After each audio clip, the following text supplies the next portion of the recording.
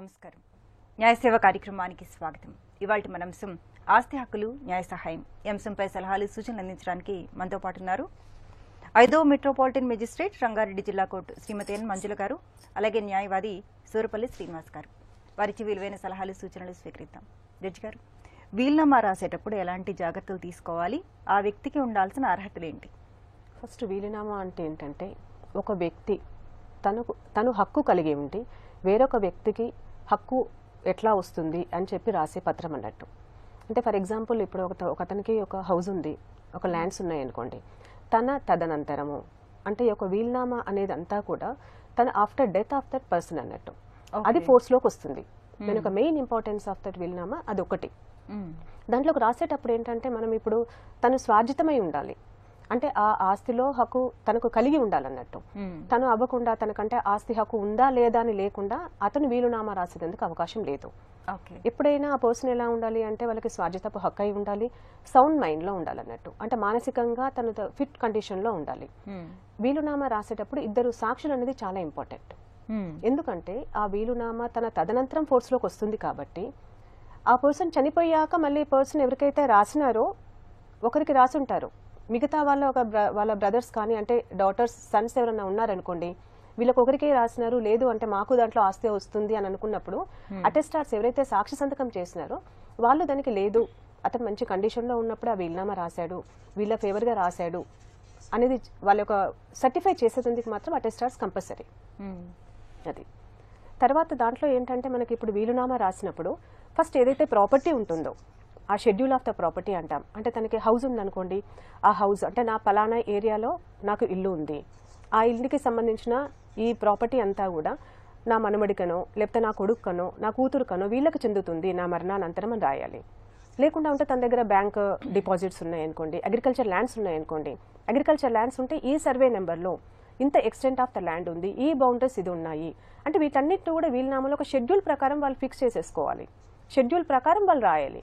అలా రాసినప్పుడు ఏంటంటే తర్వాత కూడా ఏదైనా ఇష్యూ వచ్చినప్పుడు ఈ ప్రాపర్టీ క్లియర్గా ఉంటుంది వాళ్ళకి. తర్వాత ఎవరికైతే హక్కు వస్తుందో వాళ్ళకి ఓకే, ఈ ప్రాపర్టీ సర్వే నెంబర్లో ఉంది, ఈ సర్వే నెంబర్లో ఉన్న ప్రాపర్టీ మాకు వస్తుంది అనేది వాళ్ళకి క్లియర్గా ఉంటుంది. కాబట్టి ఆ వీలునామాలో అన్నీ కూడా షెడ్యూల్ ప్రకారం చేస్తాం. ఒకవేళ మనం వీలునామా రాయకుండా చనిపోతే ఆ పర్సన్ ఎలా ఉంటుంది ప్రాపర్టీ అంటే, వీలునామా రాస్తే అది టెస్టేట్ ప్రాపర్టీ అంటారు, వీలునామా రాయకుండా పర్సన్ చనిపోతే మాత్రం ఇంటర్స్టేట్ ప్రాపర్టీ అంటారు. వీలునామా ప్రకారము ఆయన ఎవరికి ఎంత హక్కు ఇస్తున్నాడు అంటే ఒక ఎకరం ల్యాండ్ ఉందనుకోండి, ఆ ల్యాండ్లో 50% వాళ్ళ సన్స్కి ఇచ్చేసి 50% డాటర్స్కి ఇస్తాడా లేకపోతే మనమడికి ఇస్తారా ఎవరికి అనేది క్లియర్గా రాస్తాడు. కాబట్టి ఆ వీలునామా ప్రకారమే వీళ్ళకి హక్కులు వస్తాయి. అదే వీలునామా రాయకుండా ఉంటే మాత్రము ఇంటర్స్టేట్ ప్రాపర్టీలో అందరూ ఈక్వల్ రైట్స్, మన హిందూ సక్సెషన్ యాక్ట్ ప్రకారం ఎట్లయితే ఉందో ఆ భాగ పంపన ఎలా అయితే జరగాలో ఆ విధంగా మొత్తం అంత రైట్స్ కూడా వాళ్ళకి వస్తాయి అన్నట్టు. దాంట్లో తీసుకుందామండి. సత్యసాయి జిల్లా నుంచి ప్రకాష్ గారు. హలో, నమస్తే మేడం. Good morning. నమస్తే అండి, చెప్పండి మేడం. ఏం లేదు మేడం, 20 సంవత్సరాల క్రితము అనువంశిక ఆస్తి యాదో పట్టా పాసు నాకు చేసి ఇచ్చినారు. అది అప్పుడు మా తల్లిను మా అన్న మాకేమొద్దు, అది బంజర్ భూమి, అదేం పనికిరాదు, వేరే ఎవరున్నా చెప్పి మా అన్నదమ్ములకి మా వంశానికి వద్దు అని చెప్తే నేను ఉన్ని అలా వచ్చిండేదాన్ని ఎందుకు ఇచ్చేసుకోవాలో పోగొట్టుకోవాలో అని ఆ రోజు 2 ఫోటోలు ఇచ్చి చేపించుకుంటే ఇప్పుడు వాల్యూ పెరిగే కొద్దీ 20 సంవత్సరాలు అయింది మేడం. ఇప్పుడు దానిపైన లోన్ తీసుకుంటున్నాను, సాగు చేసుకుంటున్నాను. ఇప్పుడు మాకు కావాలా అని ఇది చేస్తున్నారు, డిస్టర్బ్ చేస్తున్నారు మా అమ్మను మా అన్న. 20 సంవత్సరాలు అయింది మేడం. దానికి ఏమైనా లిమిటేషన్ యాక్ట్ ఉందా, దీనికి ఏమన్నా వర్తిస్తుందా అని అడుగుతున్నాను. ఆస్తి ఎక్కడి నుంచి వచ్చిందండి మీకు? అది మా 4 తరాల తాతలది మేడం. దాని డాక్యుమెంట్ కూడా ఏం లేదు. అప్పుడు ఏదో ఎంఆర్ఓ పాత డాక్యుమెంట్ చూసి ఏదో చేసిచ్చినారు అప్పుడు 20 సంవత్సరాల క్రితము. ఊరికే పట్టా బుక్ అడంగల్లో ఏమొస్తుంది అంటే అనువంశికము పిత్రార్జితము వస్తుంది అడంగుల్లో దీంట్లో 1 బిలియన్ దానిపైన లోన్ 2004 నుంచి లోన్ ఇప్పటికీ ఉంది. అప్పుడు వాల్యూ ఉండలేదు, ఇప్పుడు 20 ఏళ్ల తర్వాత ఇప్పుడు వాల్యూ పెరిగే మేడం కదా మేడం భూములు. ఇప్పుడు మాకు కావాలా అది అని పట్టుబడి. అర్థమైందండి శ్రీనివాస్ సార్, అర్థమైందండి. మొదటగా మీకు దాని మీద దాదాపుగా మీరు టైటిల్ సూట్ ఒకటి, ఒకటి వేయండి. ఎట్ ది సేమ్ టైం ఆ తర్వాత మీకు అదే కాకుండా 12 సంవత్సరాల కంటే ఎక్కువ ఉన్నారు కాబట్టి మీకు అడ్వర్స్ పొజిషన్ కూడా వస్తుందండి. సో మీకు దగ్గరలో ఉన్న సివిల్ కోర్టు ఉంటుంది కదండి, సివిల్ కోర్టుకు వెళ్ళి అప్రోచ్ అయ్యి లాయర్ గారితో సంప్రదిస్తే మీకు ఆ టైటిల్ సూట్ ఒకటి వేస్తారు సార్. వేసిన తర్వాత మీరు దాని ద్వారా మీరు ప్రొసీడ్ కావచ్చు. అట్లా ఇంకొక డౌట్ సార్, ఈ విల్లు లీడ్ రాస్తాం కదా సార్, బంధువులు సాక్షులు కూడా సాక్షులు రాసుకోవచ్చా, సాక్షులు పెట్టచ్చా విల్లు రాసేటప్పుడు? సార్ వీలునామాలో ఎవరైనా ఇద్దరు మేజర్లు అయిన వాళ్ళు సాక్షి సంతకం కావాలి సార్. ఇద్దరు ఎవరైనా ఇద్దరు కావాలి దానికి. సార్ నేను సాక్షుల గురించి చెప్తాను సార్. ఇద్దరు సాక్షి సంతకం కావాలి. ఎట్ ది సేమ్ టైం మీరు సాక్షి సంతకంతో పాటు వాళ్ళ పేరు పక్కన థంబ్ ఇంప్రెషన్ కూడా పెట్టనియండి సార్.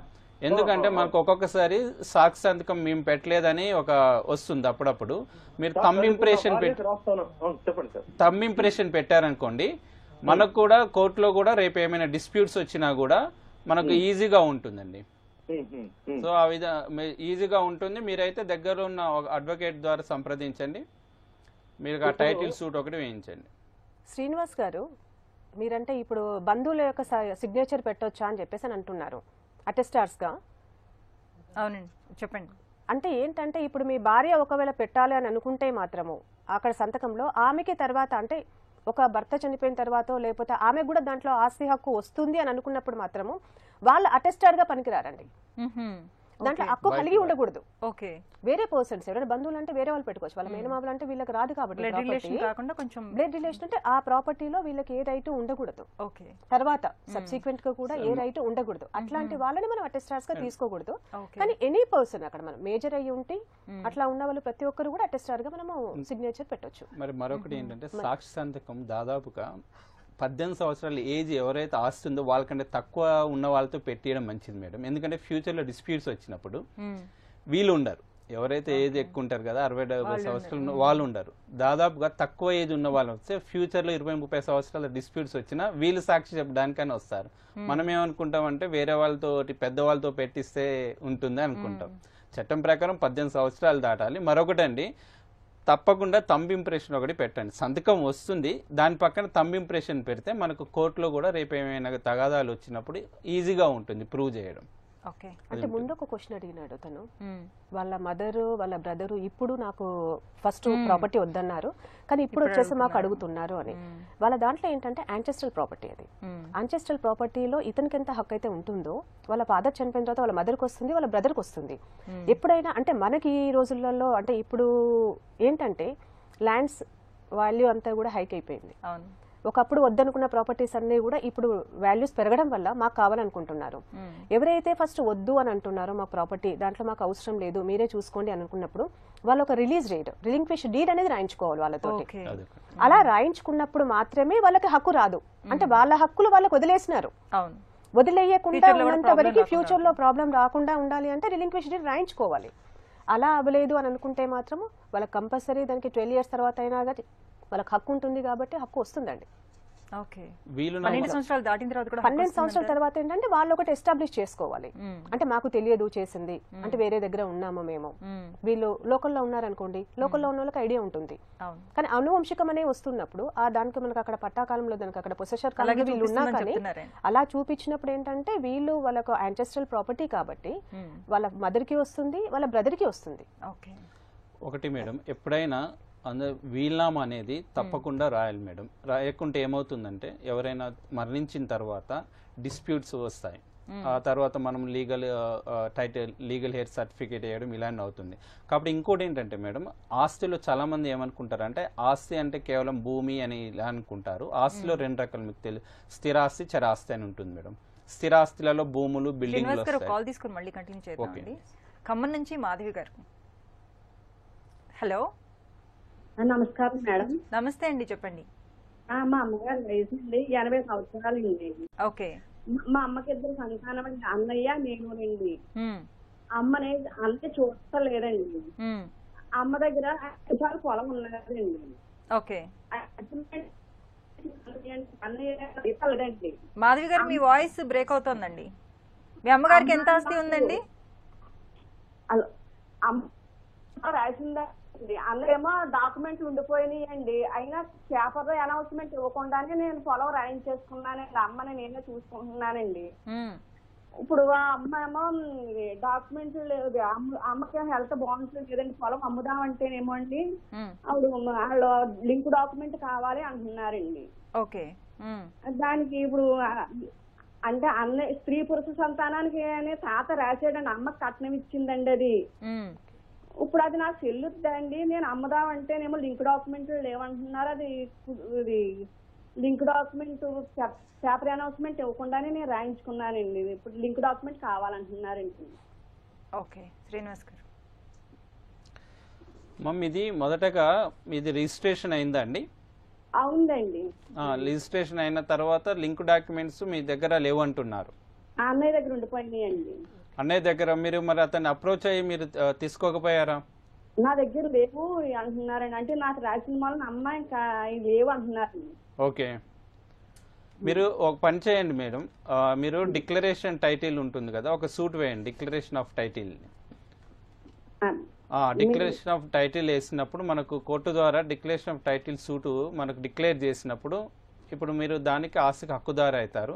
మొదటగా మేడం ఒకటండి, ఈ ఆస్తికులు ఒక వీలైతే మీరు అన్నయ్య గారి దగ్గరికి వెళ్ళి ఆ లింక్ డాక్యుమెంట్ సంపాదించే విధంగా చూడండి. ఇప్పుడు సబ్ రిజిస్ట్రార్లో నాకు ఇచ్చారండి, నకలు ఇచ్చారండి, నకల ద్వారా రాయించుకున్నానండి. అంటే సేల్ డీడ్ చేసుకున్నారా లేకపోతే ఏం డాక్యుమెంట్ రాయించుకున్నారమ్మా మీరు? గిఫ్ట్ డీడ్ కింద రాశారండి. గిఫ్ట్ డీడ్ కింద రాయించుకున్నారా? గిఫ్ట్ డీడ్ అంటే అది అగ్రికల్చర్ ల్యాండా లేకపోతే హౌస్ ప్రాపర్టీస్? ల్యాండ్ అండి. అగ్రికల్చర్ ల్యాండ్ లో మనకి ఎప్పుడైనా కానీ రెవెన్యూ రికార్డ్స్ అక్కడ మనకు ఉంటాయండి. రెవెన్యూ ఆఫీస్ లో ఇప్పుడు మీ బ్రదర్ దగ్గర లింక్ డాక్యుమెంట్స్ అది ఉన్నా కానీ మీరంటే మీ అమ్మగారికి మీ తాతగారు ఇచ్చిన శ్రీధనం అని అంటున్నారు కదా. అవునండి, శ్రీధనం కాబట్టి మీ అమ్మగారికి పూర్తి హక్కులు ఉంటాయి దాంట్లో. రెవెన్యూ రికార్డ్స్ లో అంటే మీ బ్రదర్ ఇవ్వను అంటే మీ మధ్యలో ఏమైనా డిస్ప్యూట్స్ వచ్చి ఉన్నట్టయితే మాత్రము రెవెన్యూ ఆఫీస్కి వెళ్ళేసి అక్కడ ఏమైనా డాక్యుమెంట్స్ ఉంటే తీసుకోండి అమ్మా. దానికి తీసుకుంటే వస్తుంది అది. మరి కాల్ తీసుకుందాం అండి. అద్దంకి నుంచి రవి గారు. హలో, నమస్తే మేడం. నమస్తే అండి, చెప్పండి. మాది ఉమ్మడి ఒకటి రిజిస్ట్రేషన్ ఉందండి. ఓకే. రిజిస్ట్రేషన్ ఉమ్మడి మీద ఇల్లే కట్టించుకున్నాం దాంట్లో, కానీ అతను పొలం లెక్కన అది ఎక్కించుకొని అక్కడే ఒక పేరు మీద అని అతను రైతు భరోసా అది పొందుతున్నాడు. మామూలుగా రైతు భరోసా ఇస్తారు కదా గవర్నమెంట్ వారు, దాన్ని రెవెన్యూ రికార్డులు ఎక్కించుకొని ఆయన ఒక్కడి పేరు మీదనే దాన్ని రైతు భరోసా పొందుతుందండి. దాన్ని మేము ఏ విధంగా అర్జీ పెట్టాలి, ఎవరికి పెట్టాలి? జడ్జి గారు అంటే మీ ఎవరు తీసుకుంటున్నారండి? మీ బ్రదరా? మా అన్నదమ్ములు ఇద్దరుదండి. అయితే అది మా నాన్న మా పెద్దనాన్న ఇద్దరు జాయింట్ రిజిస్ట్రేషన్ అయితే మా నాన్న చనిపోయాడు, మా పెద్దనాన్న చనిపోయాడు. మా పెద్దనాన్న కొడుకు ఒక్కడే అతను పొలం లెక్కన ఇళ్ల స్థలాన్ని ఇల్లు కూడా ఉంది, ఇల్లు కట్టించుకుని ఉమ్మడిగా దాన్ని పొలం లెక్కన రెవెన్యూ రికార్డులు ఎక్కించుకొని దానికి రైతు భరోసా అంటే ఆయన ఒక్కడే ఏదో పంట పండిస్తున్నట్టు దాంట్లో రైతు భరోసాగా పొందుతుంది అన్నమాట గవర్నమెంట్ నుంచి. అంటే ఆయన డబ్బులు కూడా పడతామంటే సంవత్సరానికి ఎంత అని అది ఓన్ ఇళ్ల స్థలం ఇల్లు కట్టింది. అలా ఆక్రమంగా ఎక్కించుకొని ఒక్కడే పొలంగా లెక్క అతను ఏం చేస్తుందంటే దానికి రైతు భరోసా పొందుతుంది. మాకు అలా ఇబ్బంది కదా, మామూలుగా ఆయన ఒక్కడే ఎక్కించుకుంటే మాది ఇళ్ల స్థలం అనేది జాయింట్ది. అంటే అలానే కాదండి, ఒకటి ఎప్పుడైనా ఒక అగ్రికల్చర్ ప్రాపర్టీని మనం దానికి కన్వర్టెడ్ ఇంటూ అంటే ఇల్లు స్థలంగా మార్చాలి అనుకుంటే మాత్రము నాలా పర్మిషన్ తీసుకోవాల్సి ఉంటుంది. మీరు అక్కడ నాలా పర్మిషన్ తీసుకున్నాము అంటే అప్పుడు అగ్రికల్చర్ ల్యాండ్ అనేది నాన్ అగ్రికల్చర్ ల్యాండ్ కింద కన్వర్ట్ అవుతుంది. కన్వర్ట్ అయినప్పుడు వాళ్ళకి రెవెన్యూ రికార్డ్స్ లో ఉంటుంది కదా అక్కడ. ఇప్పుడు ఒకసారి మీరు ఇల్లు కట్టారనుకోండి, ఇల్లు కడితే అక్కడ ఏమవుతుంది, హౌస్ ప్రాపర్టీ మీరు అక్కడ హౌస్ ట్యాక్స్ పే చేస్తారు, నల్లా బిల్లు పే చేస్తారు, ఎలక్ట్రిసిటీ ఉంటుంది, ఇవన్నీ బిల్స్ పే చేస్తారు. మీరు మనం అగ్రికల్చర్ ల్యాండ్ ఉంటేనే అక్కడ భూమి శిస్తుంటుంది కాబట్టి అదొకటే పే చేస్తారు మీరు. భూమి లెక్కది అగ్రికల్చర్ లెక్కగా ఎక్కించుకున్న ఒక్క పేరు మీదనే ఆయన రైతు భరోసా మామూలుగా గవర్నమెంట్ ఆయన పొందుతున్నాను ఒక్కడి పేరు మీద ఎక్కించుకున్నారు. దాన్ని మేము ఏ విధంగా అర్జీ పెట్టాలి? మామూలుగా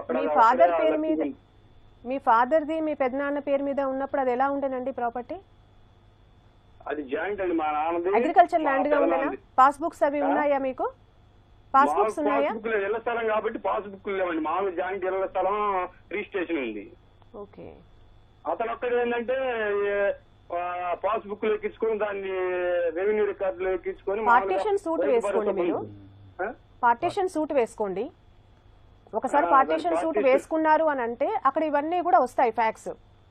ఏదైతే అంటే ఇప్పుడు ఎలా వస్తుంది ఒకసారి ఆక్రమంగా ఇట్లా రైతు భరోసా పొందుతుండే కాదు స్థలానికి ఎవరికి అర్జీ పెట్టుకోవాలండి ఇట్లా ఆక్రమంగా కూడా రైతు భరోసా గవర్నమెంట్ నుంచి అలా పొందుతుంది కదా సార్.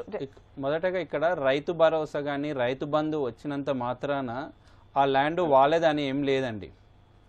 ఎందుకంటే మన రికార్డులలో రెవెన్యూ రికార్డులో కొన్ని టెక్నికల్ ప్రాబ్లం వల్ల ఇవన్నీ కంప్లీట్ కావడం వల్ల ఇలాంటి ప్రాబ్లం వచ్చినాయి.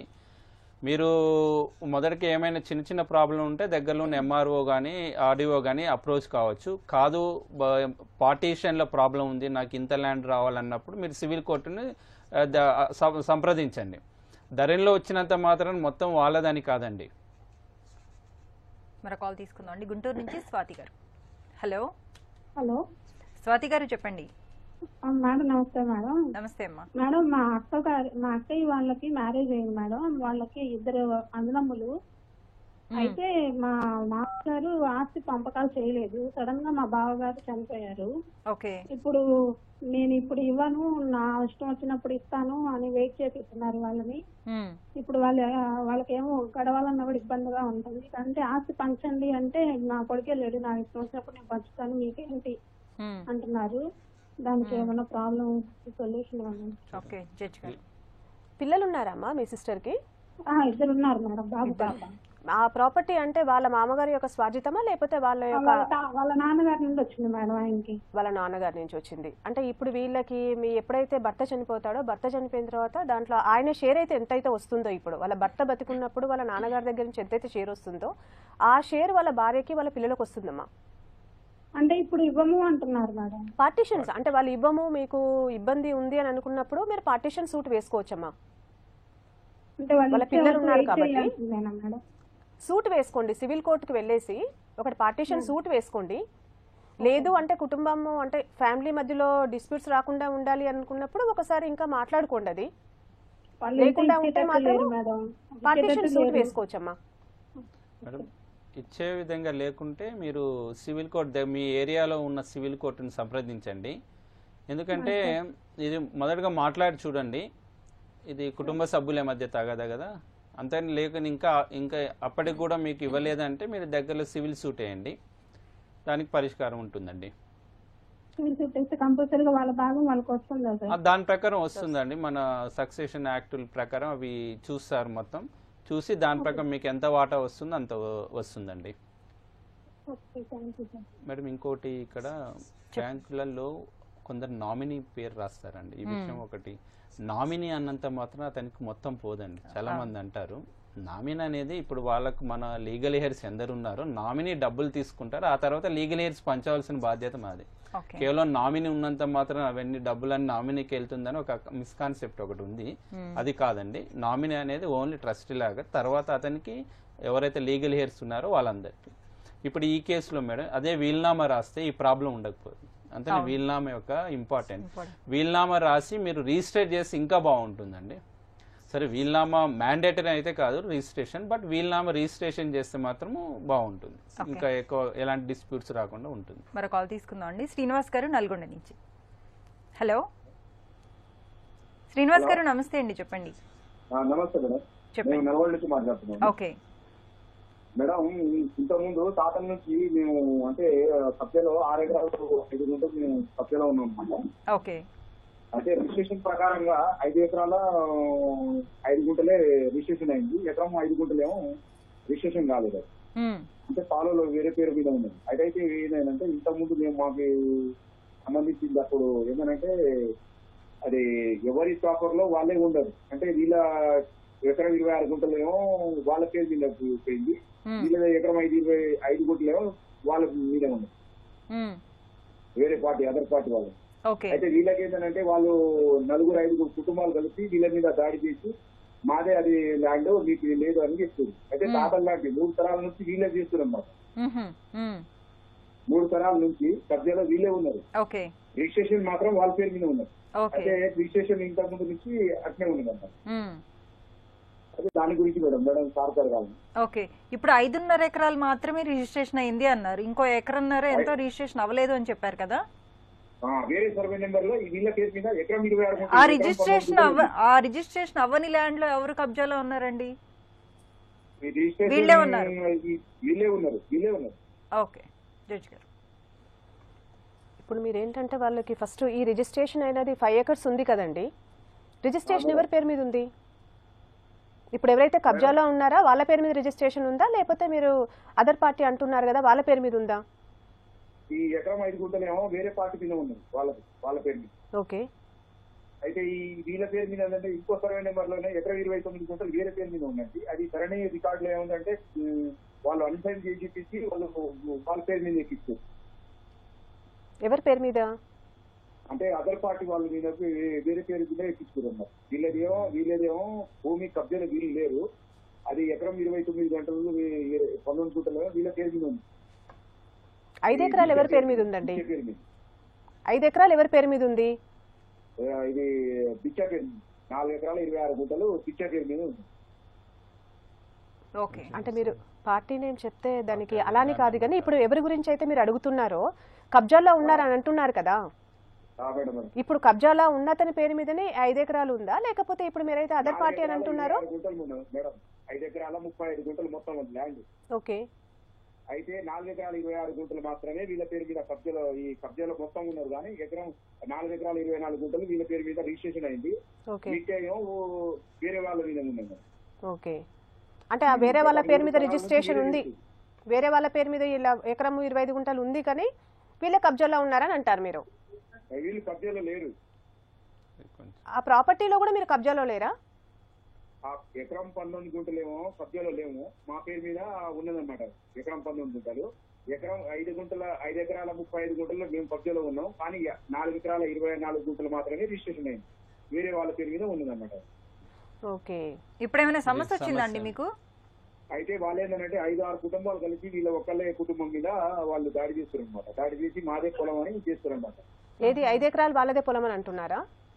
5 ఎకరాలు కాదు, ఎకరం 10 గుంటలు మాకు కావాలని చెప్తున్నారు. మరి వాళ్ళ పేరు మీద రిజిస్ట్రేషన్ అయింది కదండి, అది వాళ్ళ పేరు మీద రిజిస్ట్రేషన్ అయింది కదా, ఎవరైతే దాడి చేస్తున్నారో వాళ్ళ పేరు మీద రిజిస్ట్రేషన్ ఉంది కదా అది. అంటే మీరు నల్గొండలో ఉంటారు కదండి, ఒకసారి మీ దగ్గర ఏదైతే డాక్యుమెంట్స్ ఉంటాయో ఆ డాక్యుమెంట్స్ తీసుకొని మీ దగ్గర డిస్ట్రిక్ట్ లీగల్ సర్వీస్ అథారిటీ అని ఉంటుందండి, అక్కడ కూడా జడ్జి గారు ఉంటారు, అడ్వకేట్స్ ఉంటారు. అంటే మీరు డాక్యుమెంట్స్ చూపించి వాళ్ళకి అక్కడ అంటే ప్రాక్టికల్ గా ప్రాబ్లం ఏంటనేది చెప్తే వాళ్ళు ఒక సొల్యూషన్ ఇస్తారండి. సార్ నల్గొండలో క్లాక్ టవర్ దగ్గర సార్ వినండి, లాయర్ గారు చెప్తున్నారు. చెప్పండి సార్, వినండి సార్. నల్గొండలో క్లాక్ టవర్ ఉంది కదండి, ఆ క్లాక్ టవర్ దగ్గర మన డిస్ట్రిక్ట్ కోర్టు ఉంటుంది. ఆ మెయిన్ రోడ్ క్లాక్ టవర్ దగ్గరే ఉంటుంది, బస్ స్టేషన్ పక్కన. మీరు వెళ్ళి అక్కడ డిస్ట్రిక్ట్ లీగల్ సర్వీస్ అథారిటీ దగ్గర వెళ్ళండి. వాళ్ళు పారాలీగల్ వాలంటీర్స్ కానీ ప్యానల్ అడ్వకేట్స్ ఉంటారు సార్, వాళ్ళు తప్పకుండా మీకు హెల్ప్ చేస్తారు. ఇంకోటి మేడం, ఈ మరో కాల్ తీసుకుని మళ్ళీ కంటిన్యూ చేద్దామండి. హలో, నమస్తే అశోక్ గారు. నమస్తే అండి, చెప్పండి. నేను అశోక్ కుమార్ అని వరంగల్ నుంచి మాట్లాడుతున్నామా. ఓకే. మా అమ్మమ్మ గారి ఆస్తి మా అమ్మకు మున్సిపాలిటీ రిజిస్ట్రేషన్ అయిపోయిందమ్మా. ఓకే. మా అమ్మమ్మ చనిపోయింది తల్లి, మా అమ్మ చనిపోయింది. ఇప్పుడు మా అమ్మ పేరు మీద ఉన్నది. అయితే ఇప్పుడు ఒక్కరినే ఆ మొత్తం నాకు ఆస్తి కావాలి అని ఒక మాట అంటున్నాడు. అది మా అన్నగారు. ఓకే. అయితే ఇప్పుడు మేము దాన్ని ఏ విధంగా చేయాలమ్మా? నమస్తే. మీరు ఇద్దరేనండి? మీ అన్నదమ్ములు ఇద్దరేనా? ఆడపిల్లలు కూడా ఉన్నారా? నలుగురు. అయితే ఒకళ్ళు చనిపోయింది అమ్మా. తర్వాత మా చెల్లె ఉంది, మా చెల్లె ఉంది. మేము మొత్తం మా 5 సంతానం మా తల్లికి. ఇప్పుడు మేము ఉన్నది ఇద్దరం. ఒకళ్ళు ఇద్దరు చనిపోయిండ్రు, ఒక అతనికి పిల్లలు లేరు. ఇప్పుడు మా చెల్లె నిజామాబాద్ లో ఉంటది, ఆమెకి 2 కొడుకులు.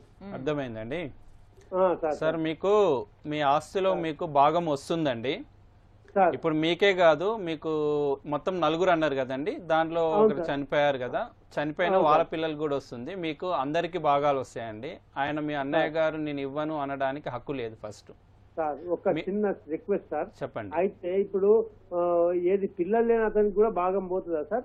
పిల్లలు లేని అతనికి కూడా వెళ్తుంది, అతను బ్రతికే ఉండు కదండి, అతను కూడా ఉంటుందండి. ఇప్పుడు ఒక అతను ఎవరైతే చనిపోయారో చనిపోయినప్పుడు మళ్ళీ వాళ్ళ పిల్లలకి వెళ్తుంది. ఆయన ఏమన్నాడంటే ఇప్పుడు నాకు తల్లే లేదు, నాకు అవసరమే లేదు అని ఒక మాట అలా అంటే సార్ పర్లేదు, సరే ఆస్తి తగాదాలు వచ్చినప్పుడు అలాంటి మాటలు వస్తుంటాయి. మీరు మొదటగా అయితే కూర్చొని మాట్లాడండి సార్. ఇంతకు వియ్యను అలాంటి ఏమైనా అంటే మీరే కాకుండా మీ అన్నదమ్ముళ్ళు అక్క చెల్లెలు వాళ్ళు కూడా ఉన్నారు కదండి, వాళ్ళకు కూడా వస్తుంది. అందరు కలిసి పార్టీషన్ సూట్ ఒకనే వేయండి. మీ అమ్మగారు ఏమైనా వీలునామా రాసినారండి చనిపోయే ముందు? ఆ వీలునామా అది దానివల్ల ఏమైందంటే అప్పుడు గొడవ చేస్తే నా మీద వీలునామా చేసిన తర్వాత ఆయన గొడవ చేస్తే నేను విత్డ్రా చేసుకున్నామా. అంటే అది క్యాన్సిలేషన్ ఆఫ్ ద విల్ అని చెప్పేసుకొని ఏమైనా రాయించుకున్నారా మళ్ళీ? ఎవరైతే అబ్బాయి పిల్లలు లేని అన్న ఉన్నాడు ఆయన కోటిస్తాడు, ఆయన నా మీద దౌర్జన్యం చేస్తే నేను ఏం చేసినా మళ్ళీ పోతే పోయినాయని క్యాన్సిల్ చేసుకున్నా తల్లి. అంటే క్యాన్సిల్ అంటే ఎలా చేసుకున్నారండి? అంటే అది మొత్తం మా అమ్మ బ్రతుకున్నప్పుడే అది మళ్ళీ క్యాన్సిలేషన్ చేసుకున్నా సార్. మళ్ళీ తర్వాత ఎటువంటి వీలునామా రాయలేదు? ఇక మళ్ళీ రాయలేదేమో. రాయలేదు. అందరికి వస్తుందండి అదంటే మీ అమ్మమ్మ గారి నుంచి వచ్చినది కాబట్టి అందరికి వస్తుందండి. మా అమ్మకి ఎలాంటి దాన సంస్కారం ఎలాంటి చేయలేదమ్మా ఆయనే. వస్తుంది సార్, తప్పకుండా వస్తుంది. ఒక పార్టీషన్ సూట్ వేసుకోండి, మీతో పాటు మీ సోదరి సోదరులతో కలిపి వేయండి. సరే, ఇంకోటి చాలా మంది అమ్మాయిలకు పెళ్లిళ్ళు అయిన తర్వాత చాలా మంది బ్రదర్స్ అంటారు, పెళ్ళెప్పుడు కానుకలు ఇచ్చాం, కట్న కానుకలు ఇచ్చాం కాబట్టి మీకు ఏ హక్కు రాదని అంటారు. యాక్చువల్గా మొదటగా కట్నం ఇవ్వడమే నేరం, ఫస్ట్ డౌరీ ప్రొహిబిషన్ యాక్ట్ చెప్తుంది. సో అవి అనేది సాంప్రదాయబద్ధంగా చేసినా కూడా ఈ ఆస్తి ఎప్పుడైతే వీలునామా రాస్తే వీలునామా ప్రకారం, లేకుంటే మన హిందూ సక్సెషన్ యాక్ట్ కావచ్చు, ఇండియన్ సక్సెషన్ యాక్ట్, ముస్లిం ఇవి ఏ మతస్థులకు వాళ్ళది, లేకుంటే టోటల్గా ఇండియన్ సక్సెషన్ యాక్ట్ ఉంటుంది. అంతేగాని పెళ్ళి ఎప్పుడు మేము అవి భరణాలు ఇచ్చాము ఆ తర్వాత ఇంత ఖర్చు చేసామనడానికి వీల్లేదు. మరి కాల్ తీసుకుందామండి. వరంగల్ నుంచి చైతన్య గారు. హలో చైతన్య గారు, నమస్తే అండి. నమస్తే అండి, చెప్పండి. హలో చైతన్య గారు చెప్పండి. నమస్తే అండి. ఏం లేదు, గుంటూరు నుంచి కాల్ చేస్తున్నాను. ఓకే, చెప్తున్నానండి, గుంటూరు నుంచి కాల్ చేస్తున్నానండి. మా నాన్నగారు అన్నదమ్ములు ముగ్గురండి. ఓకే, ముగ్గురు అయితే మా నాన్నగారు చిన్నతనండి. మా నాన్న పెద్ద ఆయన ఏమో నేను పుట్టక ముందు నుంచి ఆయన వేరే ఊరు వెళ్ళిపోయారండి.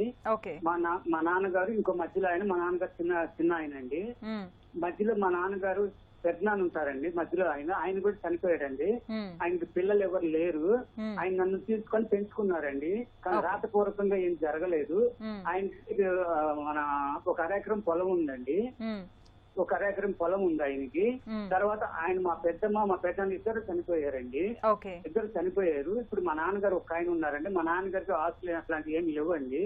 ఈ 1 ఎకరం ఉంటే ఈ 1 ఎకరం మేము ముగ్గురు అన్నదమ్ములు అండి. మా నాన్నగారికి ముగ్గురు పిల్లలము, నేను పెద్ద అతన్ని. మా పెద్దనాన్న వేరే ఊరైతే వెళ్ళిపోయి అతనికి పెద్ద ఆయన ఎవరైతే ఉన్నారో ఆయన చనిపోయేది, మా పెద్దమ్మ చనిపోయింది. ఆయన కొడుకున్నాడండి, వాళ్ళకన్నీ ఆస్తులు అన్ని బాగానే ఉన్నాయండి. కానీ మా పెద్దనాన్న గారికి ఈ 1 ఎకరం ఉంది. ఈ 1 ఎకరం ఉంది, ఈ 1 ఎకరంలో నాకు వాటా ఉంటదని చెప్పేసి మా మీదకి వస్తున్నారండి. ఇప్పుడు అది ఎట్లా చేయగలుగుతామండి? లేకపోతే దాన్ని రిజిస్ట్రేషన్ అమ్మటానికన్నా రిజిస్ట్రేషన్ చేయడానికన్నా ఎవరు ఆధారికి ఉంటదండి? ఓకే, అంటే మీరు ఒక మాట చెప్పారు అశోక్ గారు. దానికి ఏమన్నారంటే మీ పెద్దనాన్న గారు మిమ్మల్ని అంటే సాదుకున్నారా, తీసుకున్నారు అని చెప్పేసి అన్నారు. అంటే అది ఎలా అడాప్షన్ లాగా, అంటే దత్తత లాగా ఏమైనా తీసుకోలేదంటే మామూలుగా తీసుకున్నారు. అంటే మీ దగ్గర ఉన్నంత వరకు ఎలా చెప్తామంటే ఈవెన్ ఏదైనా రాతపూర్వకంగా లేకున్నా కానీ, అంటే రిటర్న్ లో రాసుకోకుండా కానీ కొంతమంది మీ చుట్టాల మధ్యలో కానీ అట్లాని కానీ ఈ అబ్బాయిని నేను దత్తత తీసుకుంటాను అంటే మన భాషలో ఏమంటారంటే నీ అబ్బాయిని సాదుకుంటాను అని చెప్పేసి అని అంటారు. అట్లా ఏదన్నా కానీ మీకు అలా ఏమన్నా జరిగిందండి? అలా మీ సర్టిఫికేట్స్ లో ఎవరి పేరు? ఫాదర్ పేరుది. అట్లా అంటే పెద్దవాళ్ళు సమస్యలుగా మేము అంటాను సార్. మీ సర్టిఫికేట్ లో ఎవరి పేరు ఉందండి? నాకు స్టడీ పరంగా మా నాన్నగారి పేరు ఉంది, మా పెద్దనాన్న పేరు ఏమి లేదండి. ఓకే, అంటే ఇంకా మీరు ఇప్పుడున్న ప్రెసిడెంట్ మా నాన్నగారి పేరు ఉందండి, మా పెద్దనాన్న. జడ్జి గారు చెప్తున్నారు వినండి అశోక్ గారు. ఓకే, అంటే ఇప్పుడు వాళ్ళు మాట ప్రకారం అని చెప్పేసి అన్నారు అని అంటారు, కానీ మీకు ఏ విధమైన కానీ అంటే వాళ్ళు మిమ్మల్ని దత్తత తీసుకున్నట్టు కానీ మీరు వాళ్ళకి వారసులుగా ఉన్నట్టు కానీ ఏం లేదు కదండి? ఏమీ లేదండి, అలాంటి లిఖితపూర్వకంగా కానీ పెద్దల సమక్షంలో కూడా జరిగినట్టు లేదు. ఏది లేదు అనుకున్నా ఏం లేదు, కానీ పెద్ద మనుషులు ఉన్నారు కదండి. అంటే మీరు ఎప్పుడైతే ఒక పర్సన్ని ఒకరు దత్తత తీసుకున్నప్పుడు ఆ దత్తత తీసుకున్న వ్యక్తి దగ్గర నుంచి ఏదైతే వాళ్ళ పేరెంట్స్ గా ఉంటారు, అప్పుడు ఆ పేరెంట్స్ గా ఉంటారు కాబట్టి వాళ్ళ ఆస్తి దత్తత తీసుకున్న పర్సన్కి వస్తుంది. ఓకే. మీ దగ్గర ఇప్పుడు ఏంటంటే మీరు అన్ని మీ సర్టిఫికెట్స్ లో అన్నిట్లలో కూడా మీ ఫాదర్ పేరు, మీరు ఎవరైతే న్యాచురల్ ఫాదర్ ఉన్నారో అతని పేరే ఉందని అంటున్నారు. కానీ మీ పెద్దనాన్న పేరు ఎక్కడా లేదు. పెద్ద మనుషుల మధ్యలో తనకి నేనంటే తీసుకుంటాను అని చెప్పేసి అని అన్నారు, కానీ ఏది కూడా వాళ్ళకు ఒక ఏమంటారు, ఏ డాక్యుమెంట్ కానీ, ఏది విట్నెస్ కానీ, ఎవిడెన్స్ కానీ ఏది లేదు కదండి. కాల్ కట్ అయిపోయినట్టుందండి. థ్యాంక్ యూ సో మచ్ అండి. ఇప్పటి వరకు మనం ఆస్తి హక్కులు న్యాయ సహాయం అంశంపై సలహాలు సూచనలు స్వీకరించాం. వచ్చే శనివారం 9:30 న్యాయ సేవ కార్యక్రమంలో మళ్ళీ కలుసుకుందాం. అంతవరకు సెలవు. నమస్కారం.